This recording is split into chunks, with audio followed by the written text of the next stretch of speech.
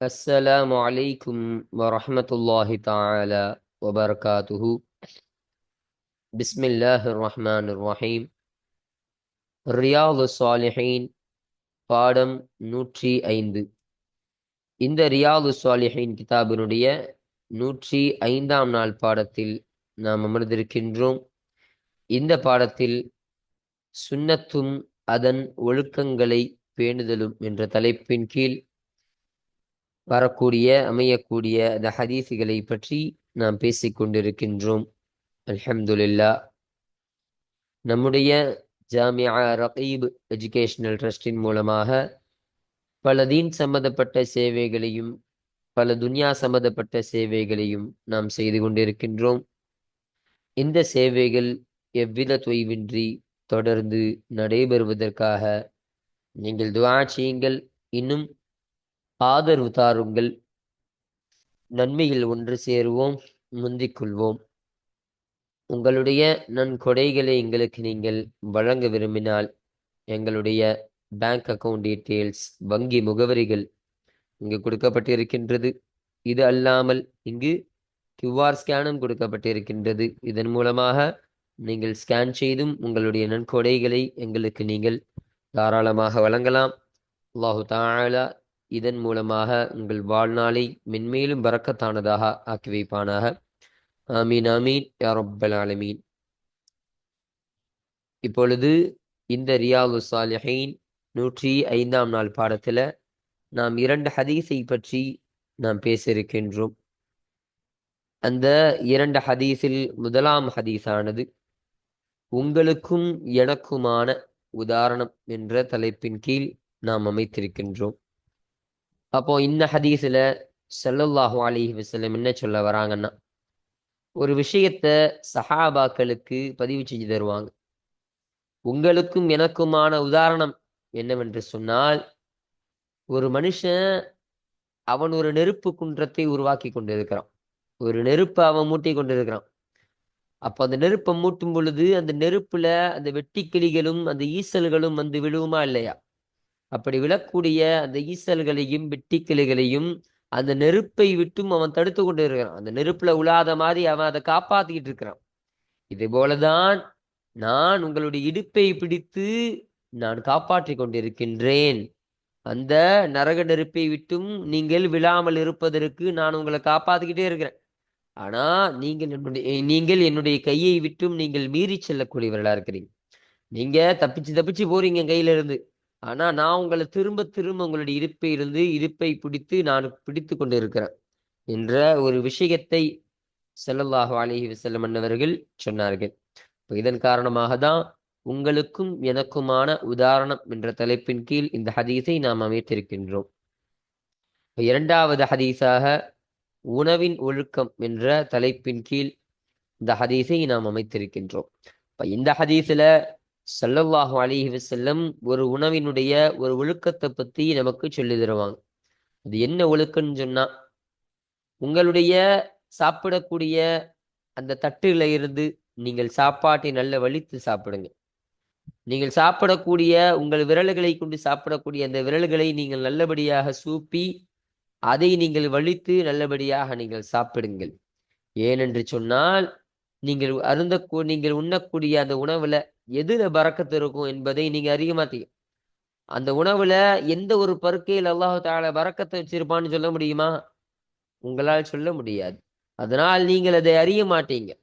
அதன் காரணமாக எல்லா பருக்கைகளையும் எல்லா சோறையும் நீங்கள் நல்லபடியாக முழுமையாக நீங்க சாப்பிடுங்க அப்படின்னு ஒரு உணவின் ஒழுக்கத்தை ஸல்லல்லாஹு அலைஹி வஸல்லம் அவர்கள் இந்த ஹதீஸ்ல சொல்ல வருவாங்க. அப்போ அந்த எல்லா உணவையும் சாப்பிடுறது மூலமாக ஒரு உணவுல ஒரு அரிசியில அல்லாஹு தஆலா பரக்கத்து வச்சிருந்தா கூட அதை நீங்கள் சாப்பிடுவதற்கும் நீங்கள் கூடலாம்.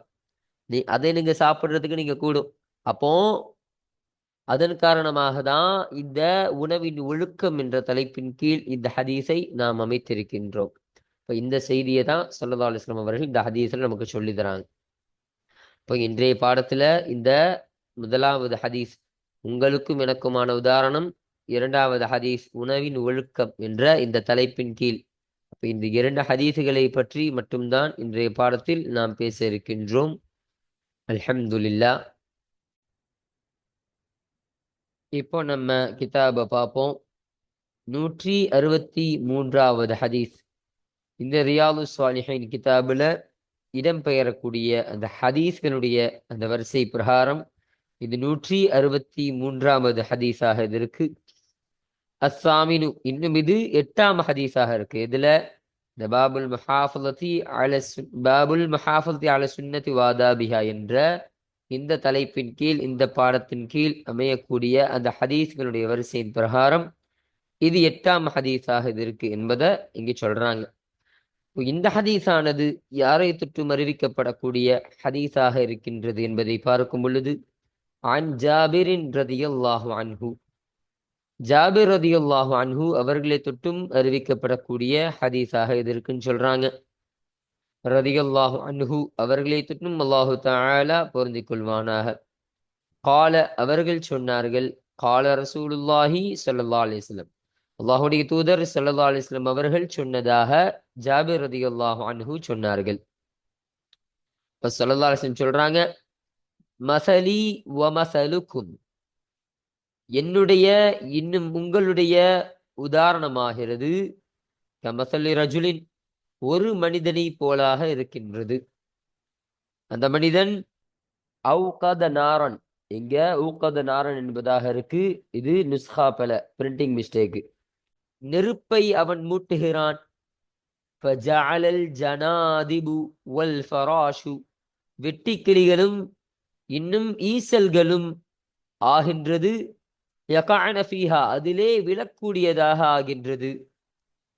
வஹுவ, இன்னும் அவனாகிறவன், யதுப்புஹுன்ன அன்ஹா, அந்த நெருப்பை விட்டும் அதுகளை, அந்த வெட்டிக்கிளிகளையும் அந்த ஈசல்களையும் அவன் தடுத்து கொண்டிருக்கின்றான். அப்போ ஒரு மனுஷனை போல செலவாசி சொல்றாங்க, எனக்கும் உங்களுக்குமான உதாரணம் எத்தகையது போல தெரியுமா? ஒரு மனுஷன் இருக்கிறான், அவன் ஒரு நெருப்பை மூட்டுறான், ஒரு பெரிய நெருப்பை மூட்டி கொண்டு இருக்கிறான். மூட்டி கொண்டு இருக்கக்கூடிய சமயத்துல அந்த வெட்டி கிளிகளும் அந்த ஈசல்களும் அந்த நெருப்புல வந்து விழுவுமா இல்லையா? அப்படி அந்த உழக்கூடிய அந்த ஈசல்களையும் அந்த வெட்டி கிளிகளையும் அவன் தடுத்து நிறுத்துவான்.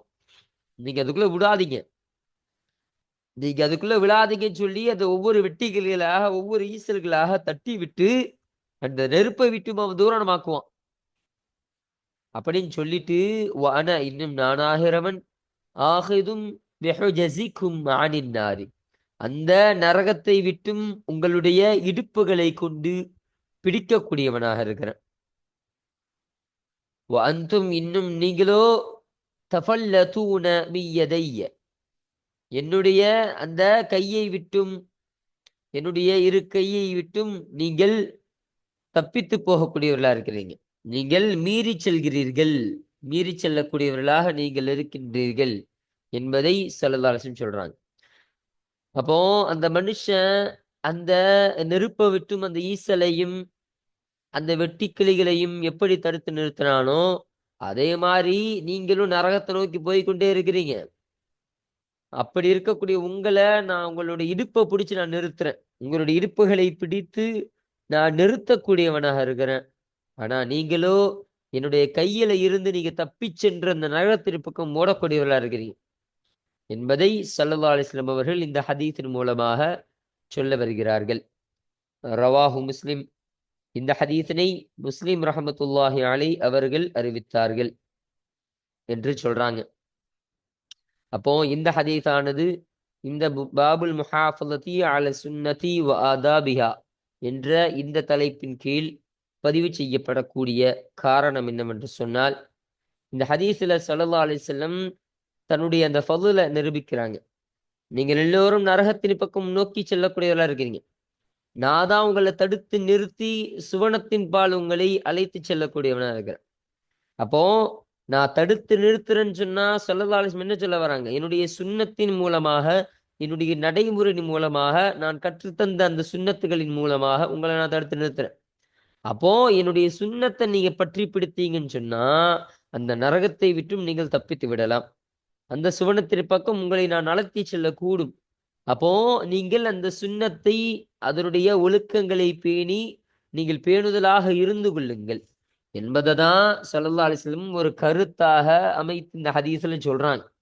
அந்த ஒரு கருத்து இந்த ஹதீஸ்ல இடம்பெறுவதன் காரணமாக இந்த ஹதீஸானது இந்த பாபுல் முஹாஃபலதி அல சுன்னதி வாதாபிஹா என்ற இந்த தலைப்பின் கீழ் பதிவு செய்யப்படக்கூடியதாக இது இருக்கின்றது. இன்னும் நான் மேலேயே சொல்லப்பட்டது மாதிரி உங்களுக்கும் எனக்குமான உதாரணம் என்ற தலைப்பின் கீழையும் இந்த ஹதீஸானது அமையக்கூடியதாக இது இருக்கின்றது.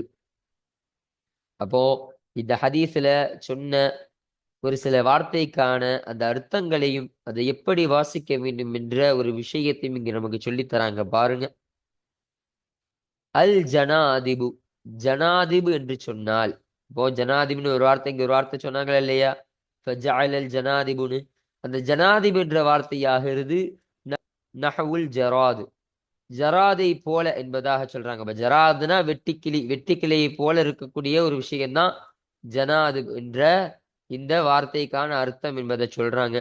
வல் ஃபராஷ் என்ற வார்த்தையாகிறது ஹாதா இதுவாகிறது ஹுவல் மஅரூஃபு அறியப்பட்ட ஒன்றாக இருக்கின்றது. அல்லது எத்தகையதை என்று சொன்னால் யகாஉ அது விழும், பின்னாரி நெருப்பிலே விழக்கூடிய ஒன்றாக அது இருக்கும், அறியப்படக்கூடியதாக இருக்கும். அப்படிப்பட்ட ஒன்றுதான்.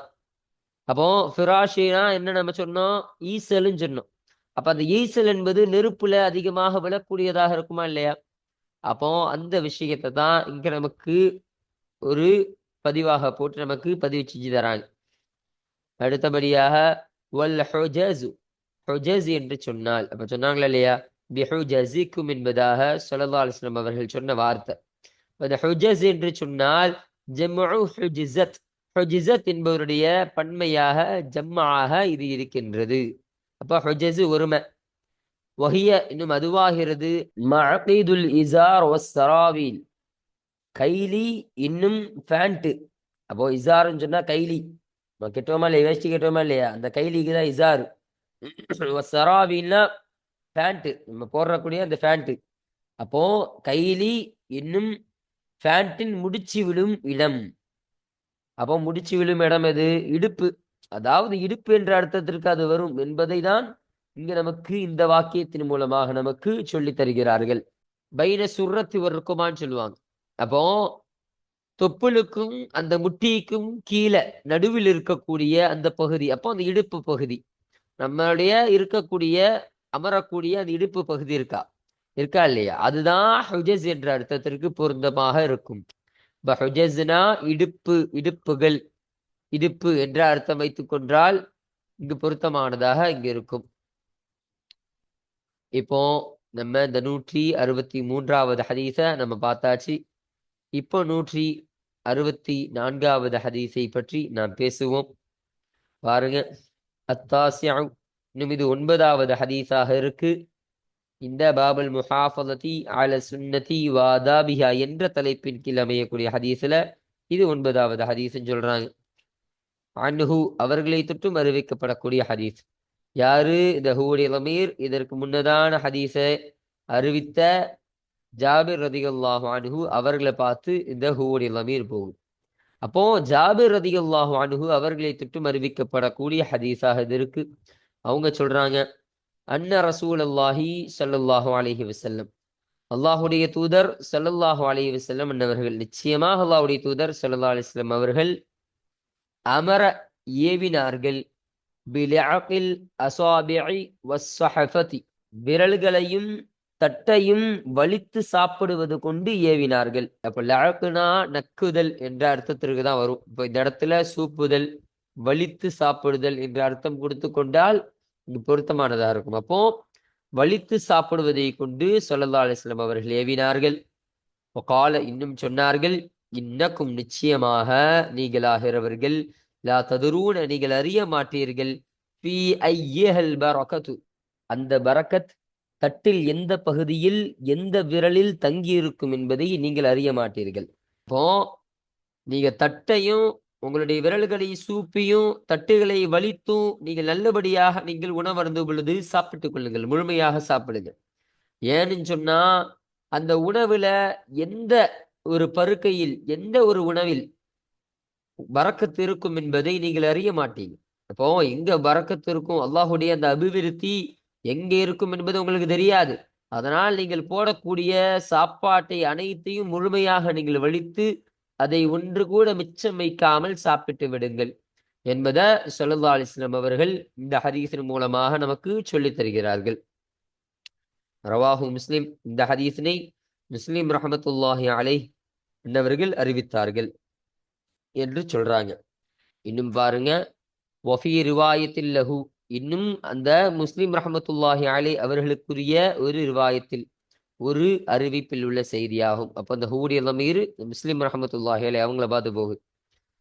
அந்த செய்தியில என்ன இருக்குன்னா, இதா வகஅத் லுக்மத்து அஹதிக்கும், உங்களில் ஒருவரின் உணவு கவலம் விழுந்து விட்டால் ஃபல்யஹுதுஹா, அதை அவர் எடுக்கட்டும், ஃபல்யுமித், எனவே சுத்தம் செய்யட்டும், மா கான பிஹா மின் அதா, அழுக்கில் இருந்து அதை அதிலே எந்த ஒன்று ஆகியிருக்கின்றதோ அந்த ஒன்றை அவர் சுத்தம் செய்து கொள்ளட்டும், நீக்கட்டும்.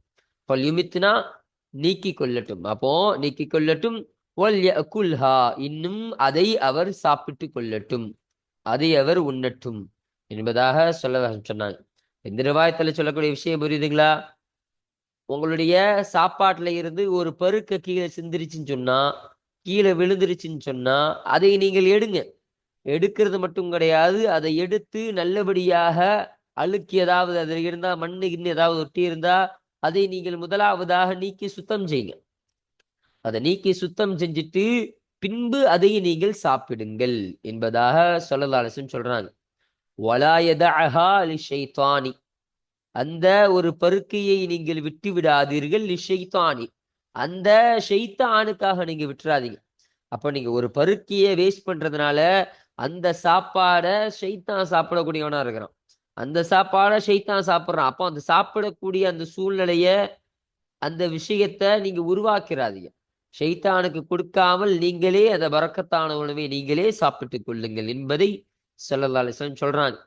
அடுத்தபடியா வலா யம்ஸஹ் யதஹு, இன்னும் அவனுடைய கையை அவன் துடைக்க வேண்டாம், பில் மிந்தீலி, மிந்தீலின்னு சொன்னா துண்டு, டவல் இருக்கா இல்லையா, அந்த டவலை கொண்டு அவன் துடைக்க வேண்டாம், தடவ வேண்டாம். ஹத்தா, இதுவரை என்று சொன்னால், யல்அக அஸாபிஅஹு, அவனுடைய விரல்களை அவன் நக்கும் வரையிலும், அவன் அதை வலித்து சாப்பிடும் வரையிலும் அந்த துண்டை கொண்டு அவன் தன்னுடைய கையை துடைக்க வேண்டாம் என்பதாக சொல்றாங்க.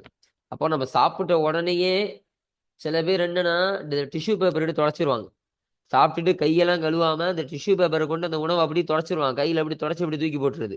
இப்போ அந்த டிஷ்யூ பேப்பரை கொண்டோ சில வீடுகள்ல பார்த்தா சில துண்டுகளை வச்சு தொடச்சி போடுவாங்க. அப்ப இது எப்ப துடைக்கணும்னு சொல்றாங்கன்னா, நீ கையெல்லாம் அந்த கழுவி முடிச்சுட்டு கையெல்லாம் நல்லபடியாக நீ வலித்து சாப்பிட்டு அந்த சோத்தினுடைய அந்த பருக்கைகள் எதுவும் உன்னுடைய கையில இருக்கக்கூடாது.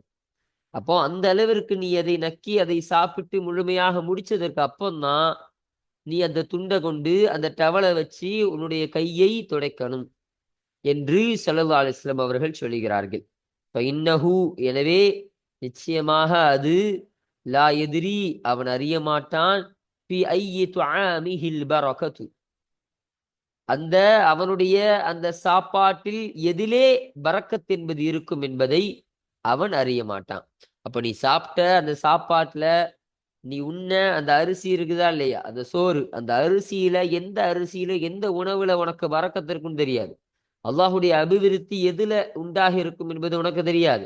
அதனால எல்லாவற்றையும் நீ நல்லபடியாக வலித்து நல்லபடியாக நீ முழுமையாக சாப்பிட்டுக் கொள் என்பதை ஸல்லல்லாஹு அலைஹி வஸல்லம் அவர்கள் இந்த ஒரு ரிவாயத்தின் மூலமாக நமக்கு சொல்லித் தருகிறார்கள். இப்போ இந்த ஹதீஸ்ல சொல்லப்பட்ட இன்னொரு ரிவாயத்தை நமக்கு சொல்றாங்க பாருங்க, இன்னொரு அறிவிப்பையும். வஃபி ரிவாயத்தில் லஹு, அந்த முஸ்லிம் ரஹமத்துல்லாஹி அலைஹி அவர்களுக்குரிய மற்றொரு அறிவிப்பில் உள்ளது, இன்ன ஷைத்வான, நிச்சயமாக அந்த ஷைத்தான் என்பவன், யஹதுரு, ஹாஜராகிறான், அஹதக்கும் இன்த குல்லி ஷைஇன். அப்ப இந்த இடத்துல ஐந்தி என்பதாக போட்டிருக்கிறாங்க, இது பிரிண்டிங் மிஸ்டேக்கு, ஐந்த என்பதுதான் இங்கு சரியானதாக இருக்கும். ஒவ்வொரு விஷயத்தோடும் உங்களோடு அவன் ஆஜராகிறான். அப்போ நீங்க ஒவ்வொரு விஷயம் செய்றீங்களா இல்லையா? மின் ஷஅனிஹி, அவனுடைய காரியத்திலிருந்தும் அவனுடைய அந்த விஷயத்திலிருந்தும். அப்போ நீ செய்யக்கூடிய எல்லா காரியத்திலேயும் ஷைத்தான் என்பவன் ஹாதிராகக்கூடியவனாக இருக்கிறான். ஹாதிராகிறதுனா ஆஜராகிறது, அங்கே இருக்கக்கூடியவனாக இருக்கிறான். ஹத்தா, இறுதியில் யஹ்துரஹு ஐந்த துஆமிஹி, அவனுடைய உணவின் நேரத்திலும் அவனிடத்தில் அந்த ஷைத்தான் ஆஜராகிறான். இப்போ ஷைத்தா எல்லா விஷயத்திலும் ஆஜராகக்கூடியவனா இருக்கிறான்.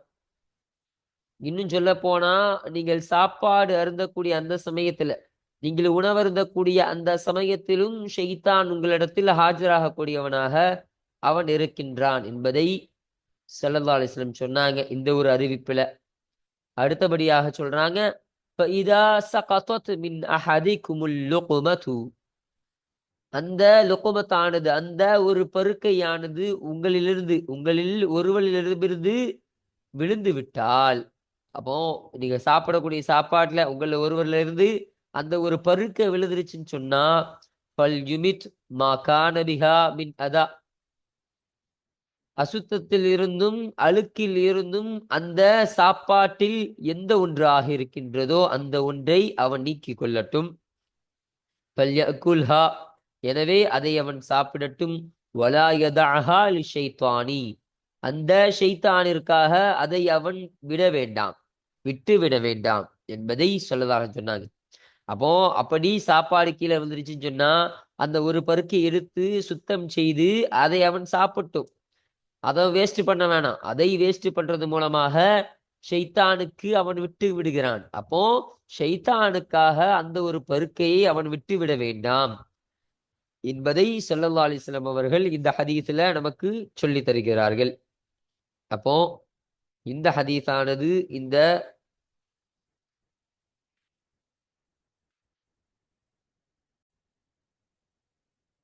அப்போ இந்த ஹதீஸானது இந்த பாபுல் முஹாஃபலதி அல சுன்னதி வாதாபிஹா என்ற இந்த தலைப்பின் கீழ் பதிவு செய்யப்படக்கூடிய காரணம் என்னவென்று சொன்னால், அப்போ சாப்பாட்டை வலித்து சாப்பிடுவது, விரல்களை சூப்பி சாப்பிடுவது என்பது ஸல்லல்லாஹு அலைஹி வஸல்லம் என்பவருடைய ஒரு சுன்னத்தான ஒரு காரியமாக இருக்கு.